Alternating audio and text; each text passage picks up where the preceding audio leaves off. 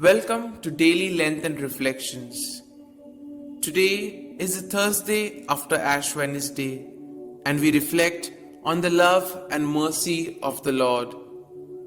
The first reading appears ominous and threatening. For most part of Israel's history, the Jewish people have been occupied by foreign powers. Their temple in Jerusalem is not rebuilt, and they suffer terrible persecutions by many people, including Christians. People taking the first reading at face value could argue that the Jews are being punished for not obeying God. However, in the Gospel reading, we have the Son of Man, Jesus, the risen Christ. When the Father raised Jesus from the dead, Jesus did not punish anybody, not even Saint Peter, our first pope, who denied Jesus 3 times.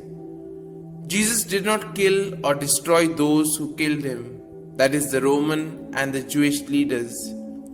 We believe in a God who loves the human race and our planet.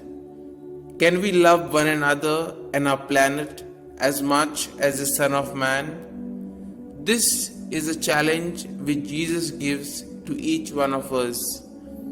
The Lord is always merciful and compassionate.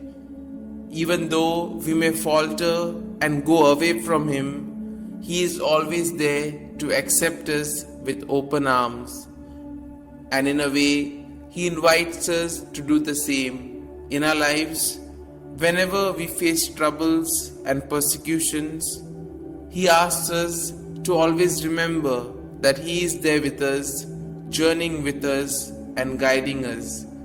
And He expects us to forgive others and be merciful and kind to others just as He is to us.